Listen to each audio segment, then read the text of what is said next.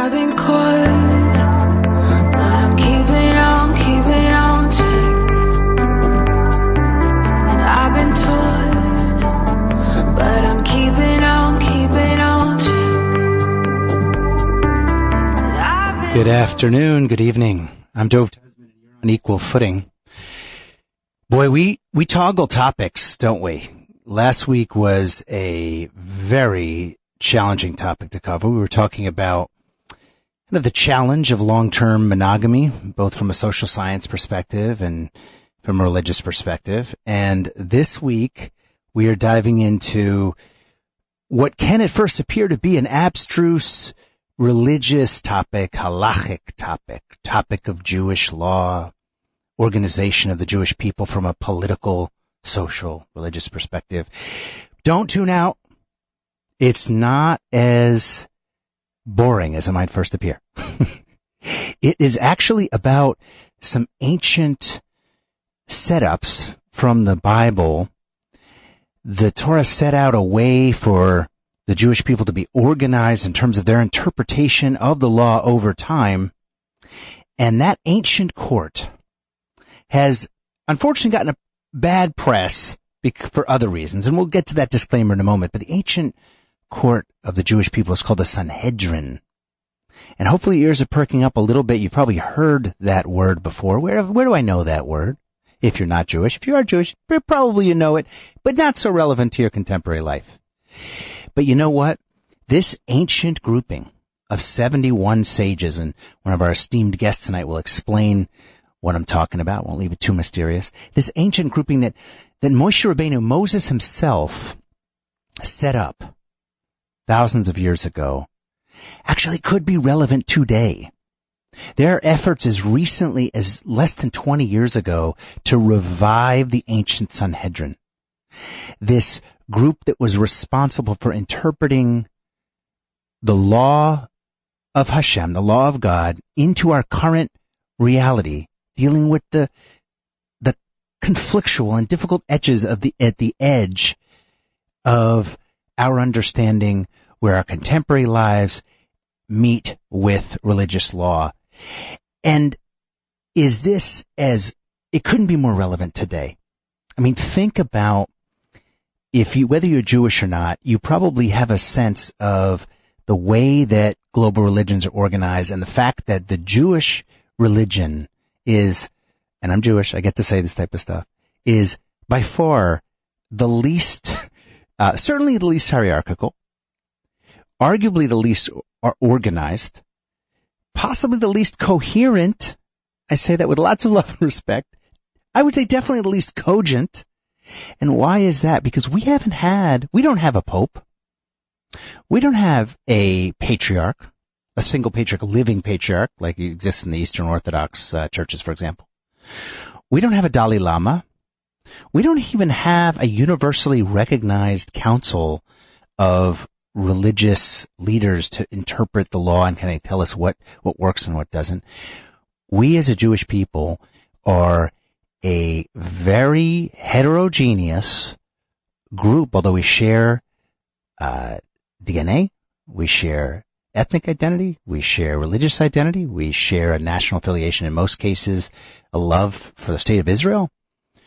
We are not reporting to a single earthly source of knowledge when it comes to our spiritual observance. And if you're not a Jew, this may seem kind of weird to you. Like you see, if you live in New York, for example, you'll see various forms of observance. You'll see people wearing black and white and high socks and peyos, or the hair at the temples that seem very religious. And you'll see folks in Midtown Manhattan wearing a yarmulke, seem kind of religious, right? And then you'll know your Jewish friend that doesn't do either of those things and maybe doesn't even keep kosher, but they're still really Jewish.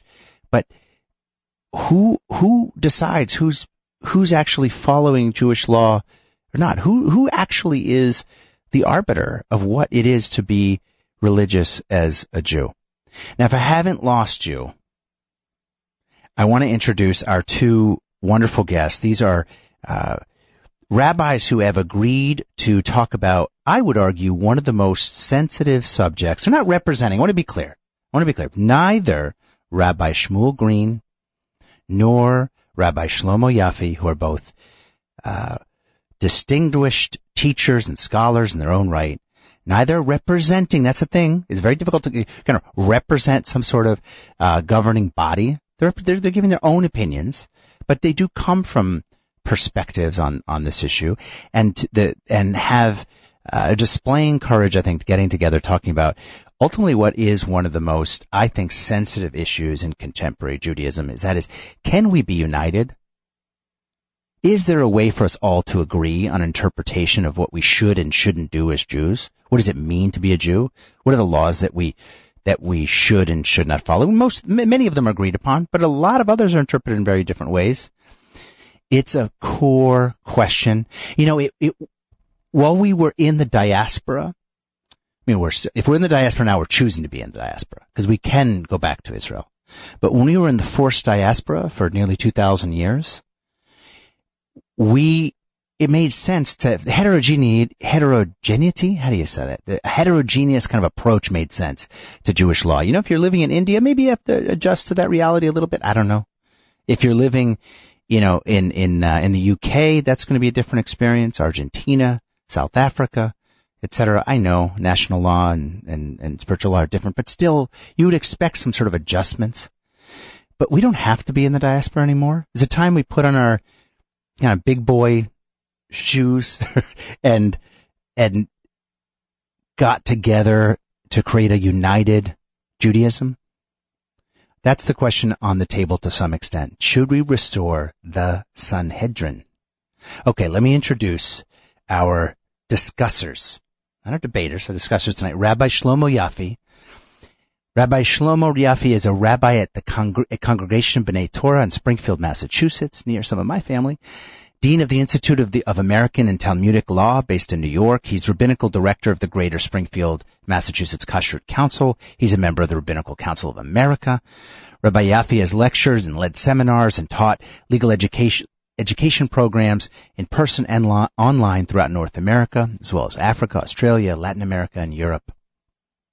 He's served as a pulpit rabbi, in addition to being a scholar, at Hull Hebrew Congregation in the UK, at Young Israel of Hartford in Connecticut, at Congregation Agudas Achim in West Hartford, Connecticut, which is actually one of the first Orthodox congregations in Connecticut, founded in the late 19th century. Rabbi Yaffe is a past scholar in residence at Chabad at Harvard University, my alma mater, where he served the greater Harvard and MIT communities. He's authored a number of articles on a broad range of issues related to tonight's topic. Many are available online, or most are available online. He was born in Brooklyn, New York, raised in Maine and Los Angeles. He studied, in terms of rabbinical education, in Miami, London, and New York, and he received his rabbinical ordination from Yeshivat Tomchei Tamimim Lubavitch in Brooklyn in 1989. So, Rabbi Shlomo Yaffe, it's really a pleasure to have you for the first time on Equal Footing. Thank you. I'm going to stop talking in a minute after I introduce Rabbi Shmuel Green. And Rabbi Shmuel Green is, I was, earlier when we were talking today, Rabbi Green, I was going to quiz you on your Minnesota Vikings fandom. So I'll do that later in the show. Completely inapropos to the subject, but I was born and raised Way more important. Right. Way more important. At least easier to answer. Well, we'll see. See when I give you the trivia question. Rabbi Green was born and raised in Minnesota. He made Aliyah to Beersheba in Israel with his family before high school. And despite, as I said, despite growing up in the desert of the Negev, he never faltered in his loyalty to the Minnesota Vikings and the Minnesota Twins. Boo! I'm a Red Sox fan. And he's proud to have passed on that burden to his own children that are currently growing up in the desert of New Jersey. Rabbi Green has served as an Israeli paratrooper. He studied Jewish history and thought at Hebrew University in Jerusalem. And this is important to tonight's subject. Under the guidance of Rabbi Adin Evan Israel Steinsaltz, he received the rabbinical ordination studying with Rabbi Steinsaltz, who is one of the greatest rabbis of recent times, and set out to work on Jewish and formal education in North America starting in 2001. Rabbi Green's a passionate and devoted Jewish educator, and he strives to empower Jews of all backgrounds and all places in the spectrum of of observance, so to speak, to connect to and enjoy the richness of Jewish living. Rabbi Green is the director. He has served as the community director of education at Rutgers Hillel. He's directed various teen initiatives at the Partnership for Jewish Learning and Life. He's a director of the Steinsaltz Ambassadors Program. And his educational vision is really one that endeavors to nurture individuals and communities of young Jews to explore questions that are particular to their Jewish spirituality and identity, but also make Jewish learning relevant to anyone, meaning an average American Jew, not just those folks that are kind of on the ultra observant end of the spectrum. And I think that's key to tonight's topic. So, Rabbi Shmuel Green, welcome to Equal Footing. Thank you. Thank you so much for having me. Rabbi Yaffe, who were the Sanhedrin? When did they get set up? When did they get disbanded? The Sanhedrin essentially begins in the times of Moses. It's set up. We read about it in the Torah. It is the combination Supreme Court and ultimate legislature of the Jewish people, responsible for all interpretations of the Torah via practice, as well as broad powers to enact laws as needed to carry forth the spirit of the Torah. They continued pretty much even through the Babylonian exile. They continued pretty much until some point in the first century of the Common Era, when they voluntarily left their space in the temple, which removed much of their powers. They existed as an ad hoc, informal group until at some point where different opinions on the matter, but somewhere we say typically in the 4th, perhaps early 5th century, when they ceased to exist even as an ad hoc group. That's the basic outline. So the Sanhedrin are kind of disbanded, and I think that even the head of the Sanhedrin at that point in the whatever it was in the early 5th century ends up being executed in that point in the Byzantine Empire, if I'm not mistaken. Is there any attempt afterwards to revive this kind of great court, this governing body of Judaism, or is it just kind of left for dead? Well, there was a serious attempt to revive it in the 16th century by Rabbi Yosef Beirav. And the key point is that to be on a Sanhedrin, you need smicha, which is rabbinic ordination, but not the ordination that we have today, which is basically a test of knowledge, but rather you need a form of ordination that was originally given by Moses to his Sanhedrin and goes in an unbroken chain until it ends. That chain of that smicha, that special ordination, has many characteristics. One of the key ones is that it has to take place in the land of Israel. Even one person with this ordination can ordain someone else. The problem is once you no longer had anyone in ordination, the chain broke, and this is the key essence of the debate over the Sanhedrin, whether this ordination can be revived once it is broken, and how it would be revived. So it was an attempt in the 16th century, late 19th century, early 20th century, and then last of all by Rabbi Yad and Evan Yisrael in the early 21st century.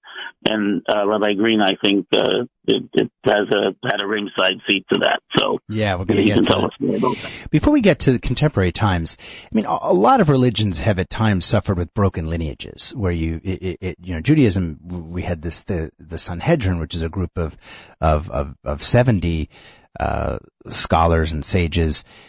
But in other religions, there were maybe one patriarch, for example, and the chain was broken. Why not? If the chain was broken by force majeure, by a secular power, in this case the Roman Empire at the time, why not kind of give ourselves a pass, Rabbi Yaffe, and reconstitute in the best way that we can, instead of kind of throw up our hands and give up?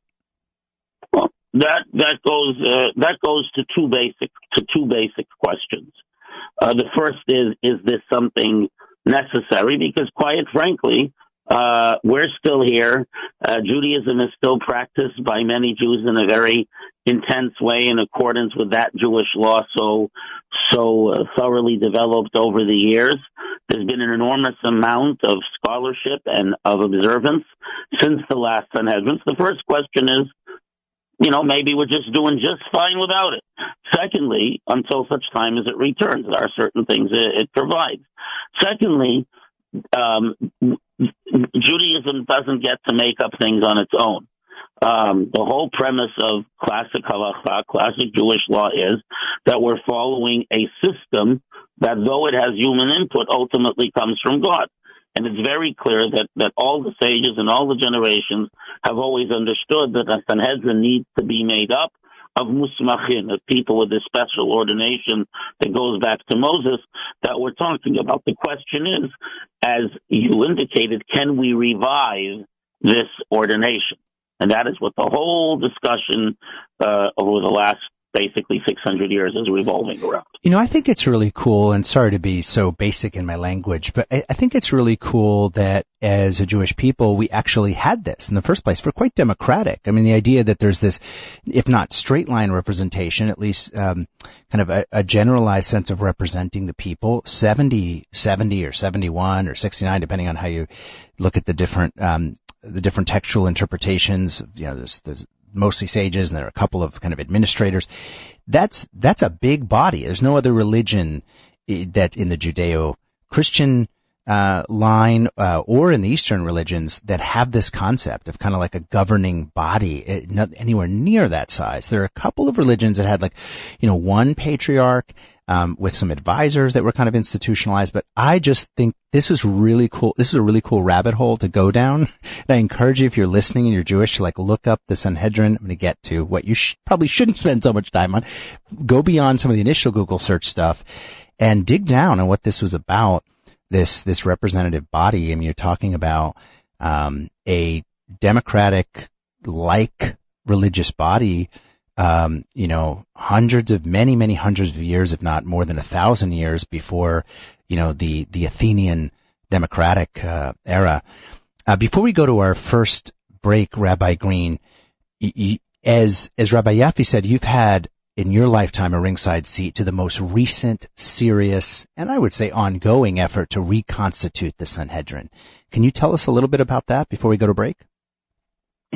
Yes, thank you. Rabbi Adin Eben Yisrael Steinfeld,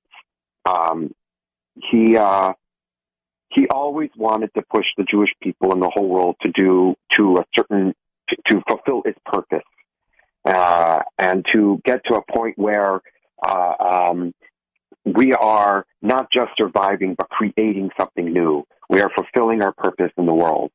And it wasn't, as his students at that time, which is around 2005, 2008, those 3 years, he really didn't publish it or publicize that he's doing it. We kind of found out about it, that he's doing this, that he's involved with this, but it didn't surprise us because I guess from the ringside seat, it wasn't a surprise. It was just one more thing that Rabbi Steinfeld was involved with in order to push the Jewish people in a certain direction. So that was the ringside seat. It wasn't like a big splash. It wasn't a big deal. It was one of many of the different projects that he was involved with, and he was pushing us to be involved with in order to get to the next level, to really come to a place where we're fulfilling our purpose. I just want to address, if you don't mind, one thing you said about the diaspora and the non-diaspora. That is exactly one of the points of a Sanhedrin, or getting to a point of what are we here for? Meaning, even if you're in Israel, you can still be in, so to speak, the diaspora. You can still be in exile. If you don't know what you're doing, that you're a stranger to your own purpose.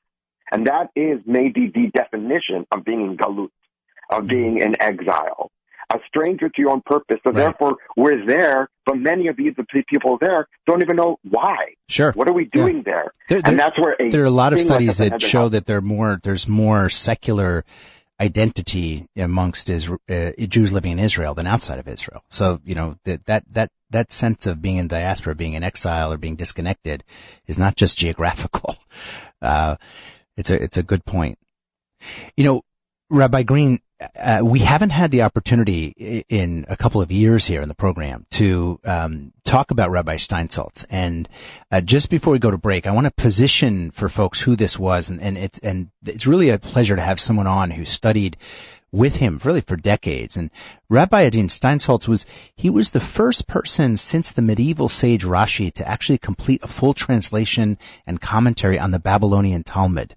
And this is it's arguably like one of the two or three most important kind of translations you could have as an English speaking Jew, or as someone who's not speaking in or understanding the original language in which it was written. And this translation was from 1965.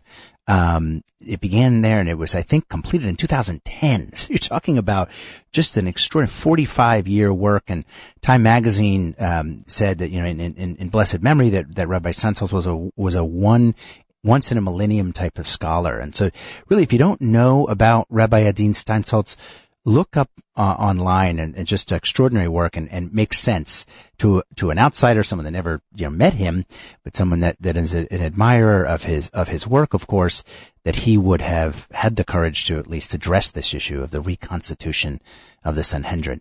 We'll be right back with Rabbi Shlomo Yaffe and Rabbi Shmuel Green. We're talking about the reconstitution of the ancient Sanhedrin. Should we attempt to unite, in a certain sense, the Jewish people globally, not in a place, but around a new kind of religious standard-setting body? We don't have that. We may be the only religion that doesn't really have that. Maybe is that our strength? Or is it a weakness we need to address? We'll be right back. The maestro says it's Mozart, but it sounds like bubblegum. When you're waiting for the miracle to come. I can't get enough of Leonard Cohen. Equal Footing is brought to you in part by DocuVax. Check out DocuVax, more relevant than ever. You got to take control of your medical files. Your medical information like MRI and X-ray results, vaccine information, preventative screening results, preventative screening reminders, serology, panel results, etc. That data doesn't belong to your insurance company. You may have to share it sometimes to get reimbursement, but it doesn't belong to them. It doesn't even belong to your doctor, your primary care provider. Again, there's a reason at times for them to have it. But you need to control your medical file. I'll tell you what, it definitely does not belong to the government. So if you want to have control over your medical file, have all of your medical information, test results, etc. in one single place. Get reminders when you need to get a new preventative screening, like a breast cancer exam or a colorectal exam, or you want reminders on blood panels, etc. Information on allergies. Put it all in one place. DocuVax, DocuVax.com. You can also get the DocuVax app on the iOS and Android app stores on your smartphone. That's DocuVax. And for as little as $6.99 per month, if you're a subscriber to DocuVax, you can not only download and access all of your medical records from a secure HIPAA-compliant database, data storage facility, but you can also have medical professionals, doctors and nurses, included in that $6.99 per month that are on call for you 24 hours a day, 365 days a year to validate and explain the medical records in your file, vaccine records, blood test results, or anything else in your locker. You can also save money in terms of getting references to other specialists. So you don't have to go in to see your PCP to get a reference and spend unnecessarily a couple $100. You can just get a reference in based on a test result or based on a need for a certain screening. So many people miss essential preventative screenings, miss updates on vaccines. And yes, of course, it's been brought to the fore, the need to be updated on your vaccines because of the COVID-19 epidemic. But you know what? There are like 30 plus different vaccines that are available to you and are recommended in many cases for different viruses. So get up to date on your medical file. Go to docuvax.com or download the DocuVax app. Again, that's DocuVax. And if you're a small company business owner and you want to provide DocuVax subscriptions as a perk, like a health club membership, you can do so with discounted group rates. But you do have to mention when you call that you heard about DocuVax on the Equal Footing radio show.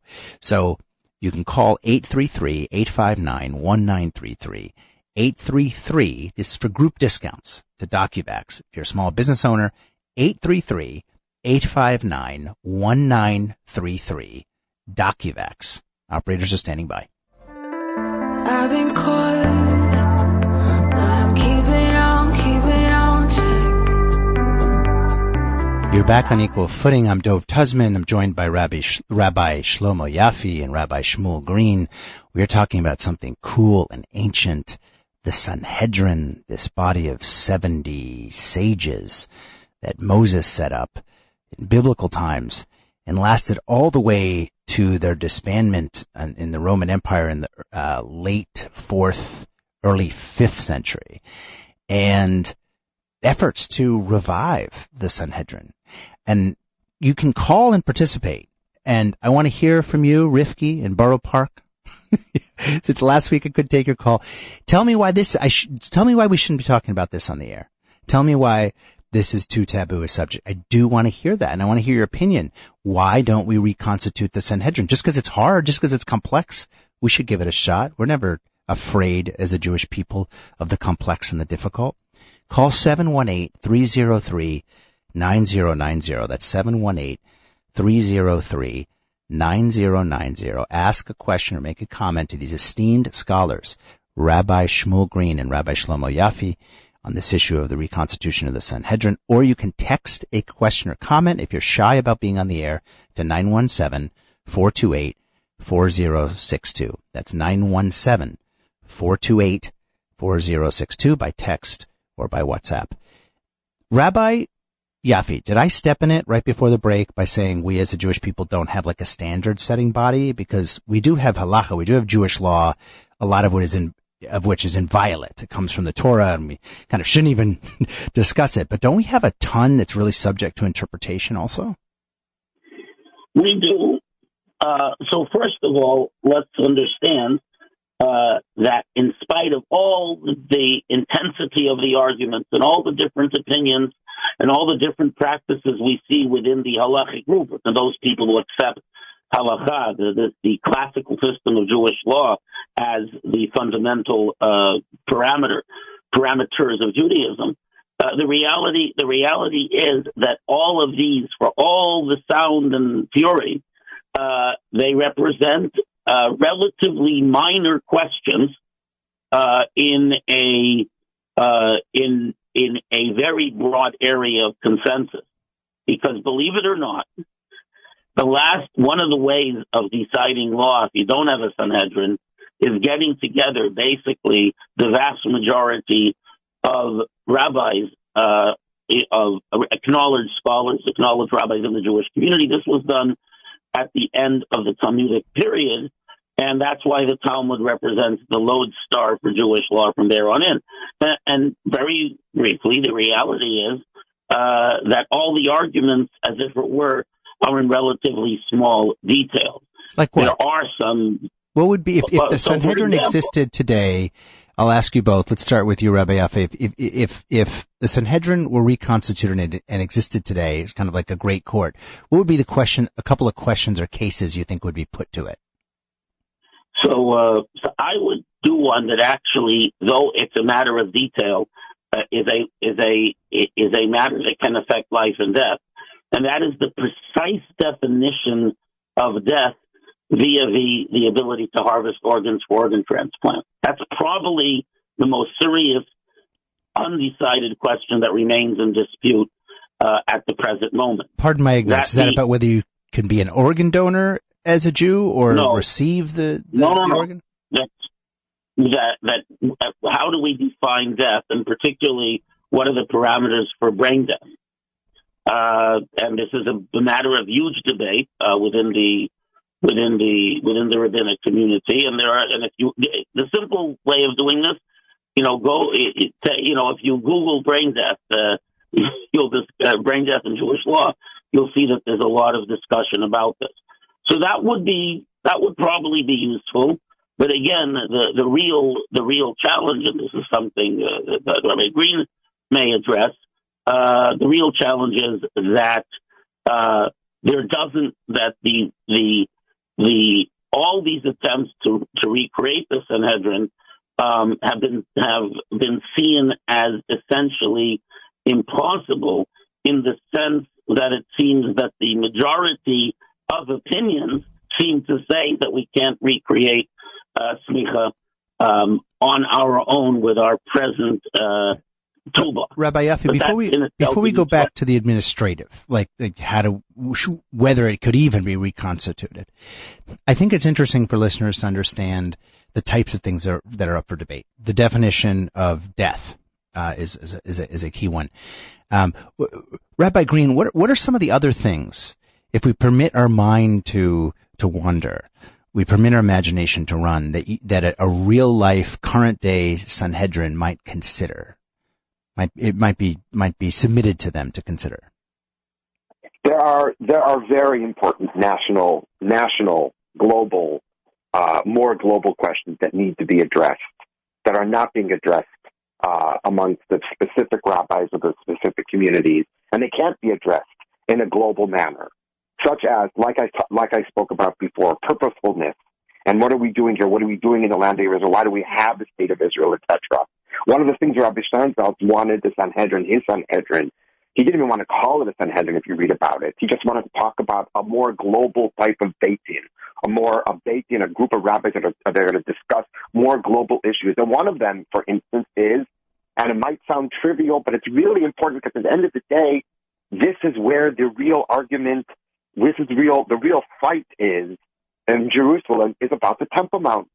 Where did the temple stand? Mm-hmm. If we're already in Israel, if we're already there, because we can't construct the third temple, even think about it. That's a topic for another. I know it's time for another show, but right. You can't even think about that unless you know exactly where it should stand. Exactly, and those are questions. Once a group of rabbis who start thinking about these issues, it pushes and nudges the community and the world to start thinking about, hey, that is a good question, or we didn't think of that before. You can't think of that when you're not thinking globally.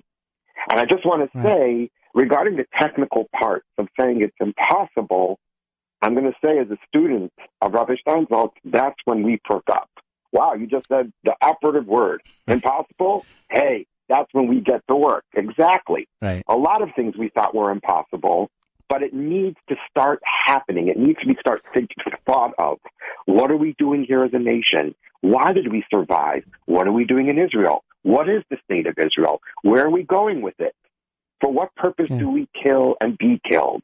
I think also, guys, I just want to acknowledge that, you are both, you're not representing a particular council or an Orthodox union or et cetera, but you're both scholarly Orthodox rabbis. Both of you are working with individuals in your ministry that are Orthodox and are not.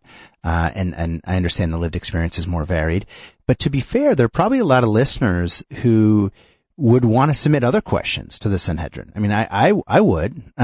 We had a show last week that was a bit raw, but I thought it was really interesting. And, one of the people on the show brought up the point kind of on and then after as well about in the contract, polyamory, and in the Bible, like Lot's daughter and Lot there was a polyamorous dynamic and so forth. And this stuff's like, oh my God, you say it in the air and people are shocked. Well, you know what? Maybe it would be less shock value if this would be the kind of case of, think about it as a Supreme Court. Either the court takes the case or says, no, that's already decided. Yeah, polyamory is not allowed. Not decided. Or, you know what? We need to look at this because, the Torah said nothing about that particular choice with Lot. There was no punishment or reprimand for that particular relationship. So yeah, it's worth discussing. I mean, I'm just picking a really kind of salacious example. But what about something that's a little bit more, current in terms of people's experiential reality? What about a woman in Manhattan, today, an accomplished professional woman who considers herself observant and has certain restrictions on what is considered appropriate to wear in life outside of the house. Is that halacha? And for those who don't know what that word, Jewish law, that would be governed by the court, or is that just custom? And even just knowing that would be interesting for a lot of people. So wouldn't actually, Rabbi Yaffe, to challenge a little bit what you said before around this kind of, in most cases, these would be edge case issues. I would play the advocacy that in fact there are a whole bunch of contemporary issues that aren't edge case at all, but that go to the grain of daily Jewish life that we would submit to a Sanhedrin if it existed. I would say just the opposite.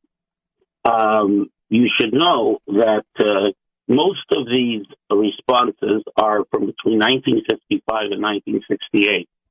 But the Lubavitcher Rebbe, who was, an extremely significant Jewish figure, someone who really was concerned with Judaism's role on the global stage and Judaism as a whole and reaching out. I don't have to tell you, I assume you know something about the Lubavitcher Rebbe. So, because everyone who deals with Judaism does. So, there are numerous letters, where he very strongly criticizes, negates, not just the restoration of a Sanhedrin, but even a gathering of rabbis, a global rabbinic gathering, precisely because if it goes wrong, the damage to Judaism could be incredibly intense. The Sanhedrin Napoleon convened at the beginning of the 19th century. Right, interesting example, yes. He tried to get them to basically make the Jewish community, because he had just conquered a whole bunch of countries with a ton of Jews. France didn't have so many. And he wanted to get them to make Judaism adjust to, his particularly enlightenment vision. And they did a lot of dodging and a lot of hemming and hawing, and ultimately managed to disband themselves before anything bad happened. Mm-hmm. But, the idea of a group of people saying we're speaking for the Jewish people, when perhaps they don't really represent the Jewish people or even the whole halachic community, could be very damaging. But I would say something else. Again, though, to play the devil's advocate, and Rabbi Green, I want you to have a last word here before our next break. The idea of an aborted project preventing you from continuing to endeavor to birth the project, it has never resonated with me. I mean, we wouldn't have all of the scientific discoveries and in fact we wouldn't arguably have survived as a Jewish people had we taken that approach. So yes, there are dangers in recreating the Sanhedrin, and my understanding, I may be wrong, is that the Lubavitcher Rebbe also later in life, softened on that point of view. But the Napoleonic example, we won't go into detail here, you addressed was an important example of how it could be abused. But, Rabbi Steinsaltz said, I'll quote here, he said, in order to move forward and no longer be defined as an aborted fetus, to become serious so we can say a child was born to us, we need a lot of time. The mere mention of the name Sanhedrin is not a given. It is no longer a matter of a religious council. It's something that has historical meaning, a basic change, not of one small system, but a fundamental system. It's no wonder that these things frighten people. So any great project is frightening. I mean, and it can go in a wrong direction. We wouldn't have the United States of America if initial aborted attempts at democracy hadn't taught the founding fathers lessons. And there was mutual learning going on between the American Revolution and the French Revolution, back and forth for decades. I mean, just because it's complex and be abused doesn't mean a noble project isn't worthy of pursuit. Rabbi Green, are you with me? Yes, I'm with you. I'm waiting to hear. Do you want me to comment on that? Yeah, give us the really impassioned, maybe exaggerated a little bit. Give us the really impassioned argument for recreating or restoring, I should say, the Sanhedrin. I'm not arguing for restoring the Sanhedrin. There's dangers that I'm not scared of dangers. It's not advantageous to create a Sanhedrin that says we are now the governing body. We're talking and we are talking and we are representing the Jewish people. It's not going to work. It's not a question of danger or not. What I am promoting, and I want to go back to something you said about Rabbi Steinfeld. When he started that, not only translation, but commentary on the Talmud, again, I want to say, that was just one other project. Believe it or not. 45 years, the whole Talmud, one, because it fit in to what he was trying to do and what he was trying to push his students and his followers to do. Start thinking big. In fact, if you want to talk, my wife just texted me to remind people that Rabbi Steinsaltz used to say the fundamental job of a scholar is to innovate. That is, we are here to create something big, to do something, and that makes it worthwhile. This whole project, this whole endeavor of the Jewish people makes it worthwhile if we are fulfilling our purpose, which is to create a dwelling, an abode for God himself in this world. Now, if we're working towards that, Sanhedrin, Talmud, Halacha, all these things have to fit together in order for God to dwell in the world. If one of these things are lacking, then we're not going to get to that point. Now, correct, we have to think very carefully how to get to that point, how to create this, how to do this. It can be very dangerous. Not only can it be very dangerous, it might not even be worthwhile to do it right now. But to start thinking, that's what Rabbi Steinfeld meant, generations, but we have to start somewhere. Mm-hmm. We have to start thinking that we have to understand that Judaism, without a Sanhedrin, is fundamentally lacking, and therefore God is not dwelling in this world the way it was supposed to be, and the reason why the Jewish people are here in order to bring God into this world. Thank you. We have to think carefully how to do so. Yeah, and after the break, we'll talk a little bit about how it could potentially be done, irrespective of whether it should be done, and we'll get to you, patient caller on line 1, and you can participate in this discussion on the potential for reconstituting the ancient Sanhedrin. Remember at the beginning of the show, I said there was a little disclaimer. Most people, or many people, particularly non-Jewish people, know the name Sanhedrin because of the Christian Bible's reference to the Sanhedrin as condemning Jesus and so forth. We could do a whole nother show on how that historical record has been used and somewhat invented over time. But let's just suspend that discussion. This is not about that particular historical event or pseudo-event. It's about the original group of sages, the Sanhedrin. Their role as the great court, so to speak, the governing body, helping to interpret Jewish law, helping to guide the Jewish people in the earthly sphere. That organization, so to speak, let's call it an organization. Yeah, it's an organization. 70 people. That body gets disbanded after being in existence for probably well over 1,000 years, I guess, and in the early 5th century. And there's been efforts starting in the 16th century, serious efforts to restore the Sanhedrin. That's what we're talking about. Judaism united? Would it help to unite us as a people globally at the level of observance with the Sanhedrin? That's the question on the table. We'll be right back. One thing I can tell you is you got to be free. Come together right now over me.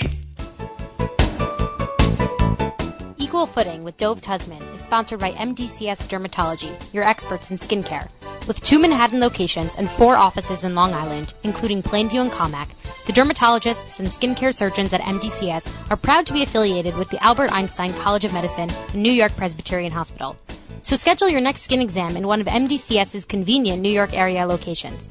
To make an appointment, go to www.mdcs.live or call 212-661-DERM. That's 212-661-3376. You could even schedule a virtual video visit with MDCS's board-certified dermatologists from the comfort and safety of your own home.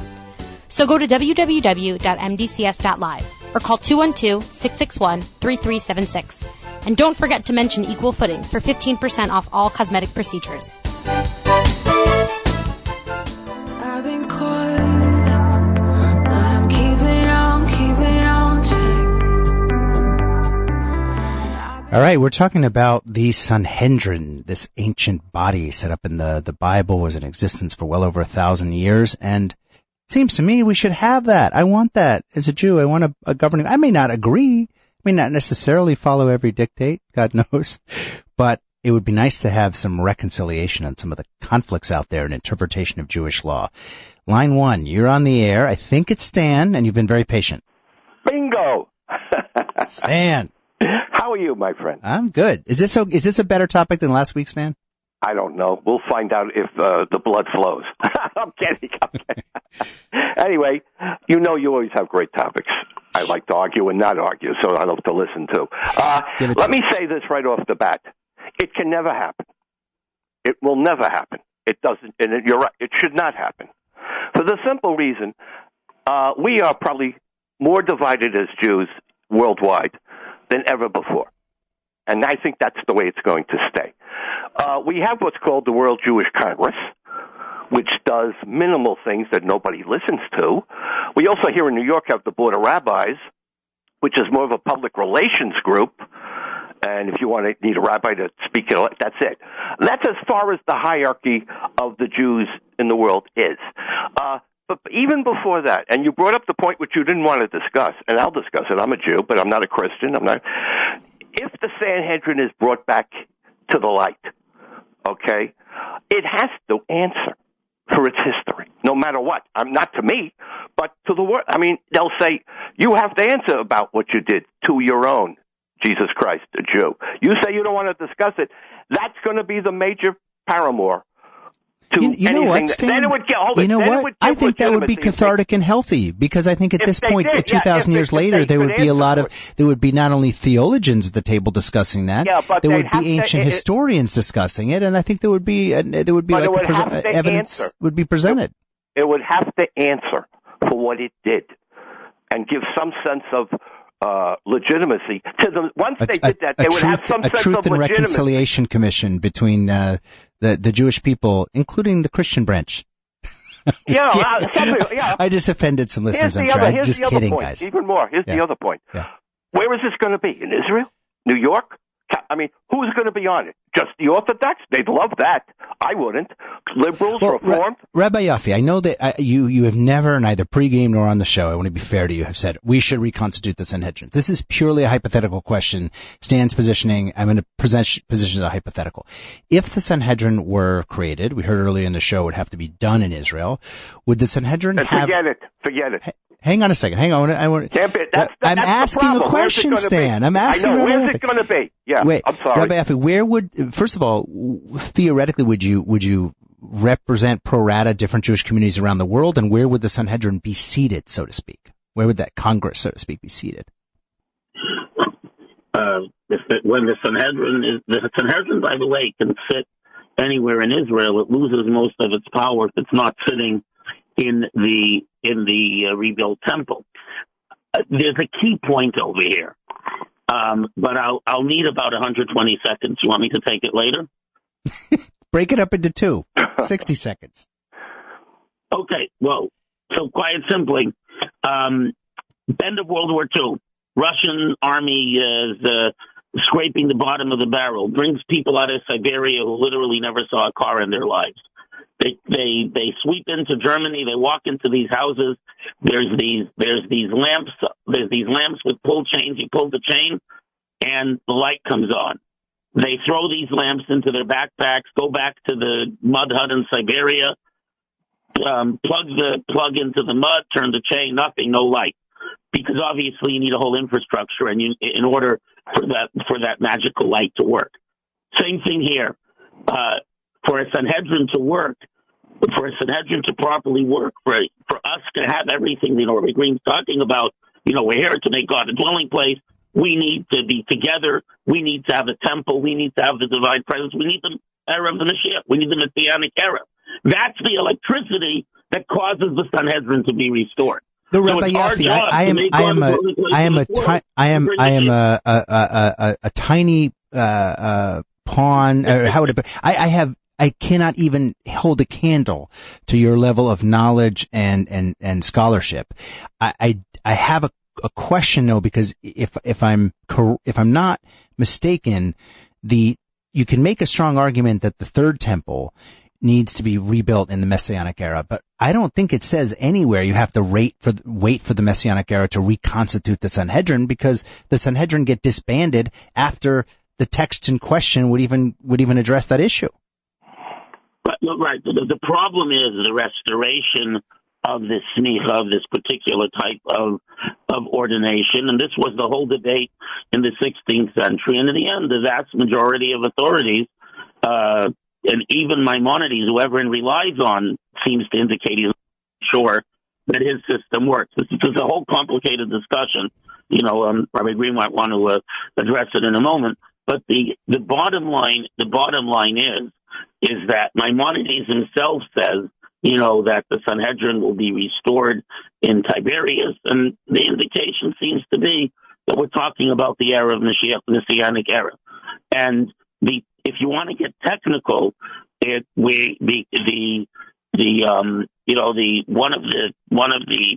of the things that happens with the era of Mashiach is that this is something the Radbaz, Reb David ben Zimra, Rabbi of Jerusalem, lived till 110, 16th century. He writes about, he says, well, Elijah the prophet will return with the coming of the Messiah. Elijah has smicha. He has this, so when he returns and into this world, he can give smicha to someone. We can ordain someone, and the Sanhedrin can begin. So our own stuff, but the whole concept of Mashiach. Right. I hear the technical argument. I geek out on this stuff. I hope folks are also interested. We only have 8 minutes left. But Rabbi Green, there's a technical argument that's on the table. The smicha, the ordination process, from sage to sage, from member to member of the Sanhedrin gets broken, in early 5th century when everyone dies out or is executed. It was on Sanhedrin. That's a technical problem. It could be a huge technical problem. It could be an intractable technical problem. But I would still say it's a technical problem. So assuming, is there any way to get around that? I mean, if you can get around that, if that's the strongest argument for not having the Sanhedrin, shouldn't we have it? Maybe we need a Sanhedrin in order to answer how we can have a Sanhedrin. I like it. The thing is that even the Rebbe himself was really pushing and encouraging people to learn the laws of the temple, the Holy Temple, as a preparation for when it comes, so that we know what to do. Isn't it amazing that probably if a person, like I'm not saying only, but a person, Rabbi Steinfeld, did not bring it to the fore and bring it or talk about it or do something about it, we wouldn't be talking about it. If we wouldn't be talking about it, there would be no preparation or thought how, what can be done, how can it be done, because it gets forgotten. There's a famous line that says the Mashiach, the Messiah, is going to come to Hesach Hadat, with a distraction of knowledge, not thinking about it. But there's many commentators, including the Rebbe, that explains that doesn't mean you're not supposed to be talking about it, because if you talk about it, the Mashiach can't come. That's not what it means there. The thing is that it needs to be on the table and discussed, because we have to get to more global conversation. We have to get to, you asked about before, what other issues would the Sanhedrin deal with? It would deal with how does Judaism present how does Judaism teach about the 7 Noahide laws? How does it influence the world to become a better place, a place of godliness? And with regards to the caller in, I just want to say 2 things very quickly. First of all, we have answered them for 2,000 years with our blood, sweat, and tears. They have been asking us, what have we done? We don't need a Sanhedrin to be asked, what did we do to them, or what did we do to Jesus Christ? We have answered, and we've answered good and well. We are here. That's our answer. Number 2, I disagree with the notion that we've never been more divided.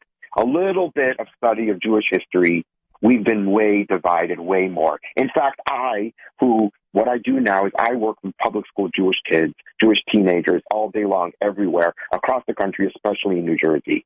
And I can tell you, and I also in an Orthodox community, and I have very good friends who are conservative Reform rabbis. In my opinion, we are more united than ever. Everybody wants us to get up and think and tackle the issues and start standing tall as Jews and start looking at ourselves. We have something to give to the world. And when we don't, we're united in disappointment. Yeah, and I think, and therefore the discussion, right? It ties back to Stan's comment. I think there are a lot of listeners that probably feel that way, and we've gotten some text comments that are along these lines. Yeah, actually, it would be great. It's never going to happen. Forget about it. It's never going to happen. Oh, yeah, I've heard shows about this before. It's never going to happen. But in the mid and late 19th century, when the idea of the state of Israel really became a thing, Theodor Herzl and other earlier, many of whom were, by the way, not really observant Jews, but were very strongly Jewish in their identity. Everyone said that too. It's never going to happen. And granted, it took, 70, 80 years of struggle, and it took arguably the Holocaust as a catalyst. It did happen though. And I think that if we can't set our eyes on noble and large objectives, then what are we doing? Now, one listener, Yossi, from Crown Heights. No, not you, Yossi. I know who you think. No, lots of Yossis in Crown Heights, not Yossi Vogel. Hi, Yossi. Another Yossi wrote that we're wrong about the Rambam. Maimonides, also called the Rambam, for perhaps for non-Jews or others that don't know that. And that the Rambam, in fact, centuries before 4 or 5 centuries before the major attempt in the 16th century began to revive the Sanhedrin, called for the revival of the Sanhedrin. Yes, there were technical issues as Rabbi Yaffe brought up, but it's calling us to task that that's wrong. That in fact the Rambam was a strong advocate for the restoration of the Sanhedrin. I want to end here by showing listeners that we can learn and from each other, even when we don't agree. And we'll do one brief a little game here. And Rabbi Yaffe, I know that you have a lot of reservations around the practicality and even the desirability of the creation of a recreation or restoration of the Sanhedrin. Give us, if you will, the advocacy position for a sec from your heart for what good it could do to have a Sanhedrin restored. Well, I mean, by the way, first of all, Rabbi Green's vision of Judaism speaking to the globe, that's something actually which Maimonides rules on and no one disagrees with, and there have been a lot of great people. It so happens two of the people mentioned today, Rabbi Lubavitcher Rebbe and Rabbi Evan Yisrael Steinfeld, both worked very hard on this and believed very strongly in this. So the idea that we need to get them that we have answers, not answers to challenges to Judaism, but all the global issues and, all the fundamental problems and malaises that we see enveloping the globe today, we actually have answers and solutions and a path for people to live in peace and harmony and move in that direction. So first of all, that's absolutely the case. Obviously, one of the most important things of having a Sanhedrin, when it can be done, indeed, is a unification of the Jewish people, mm-hmm. Because the Sanhedrin doesn't just teach the Jewish people, tell them what to do. It represents the Jewish people. It's a representative body. Right. Yeah, and more than that, we're told that we specifically take from every tribe, and that the members of the Sanhedrin used to gird the loins with iron chains and walk to every village in Israel looking for that kid who one day could be a member of the Sanhedrin, and nurturing them the way Rabbi Green, we've got. Thank you, Rabbi Yaffe. We've got 30 seconds left. Give us a loving reason why we don't need a Sanhedrin, and we can put this debate to rest. The greatest danger is not a fear of something that's impossible. The greatest danger is doing something that can be aborted or hijacked by small little people. Mm. And if we create something that's great that we don't have great people to run it, it'll be taken over by petty, almost, I might say, politicians, and that's what was happening even in Rabbi Steinfeld's day, and that's very dangerous, because then you have a body that is looked upon as a representative and semi-governing, but it's not run by people who can govern. Right. Well, this is an ongoing debate. Thank you, Rabbi Shlomo Yaffe, Rabbi Shmuel Green, for being on the program talking about the restoration of the Sanhedrin. Cool stuff. See you next week. I wish there was a treaty we could sign. I do not care who takes this bloody hill. I'm angry and I'm tired all the time. I wish there was a treaty. I wish there was a treaty between your love and mine. Ah, they're dancing in the street, it's Jubilee. We sold ourselves for love, but now we're free. I'm so sorry for that ghost I made you be. Only one of us was real, and that was me.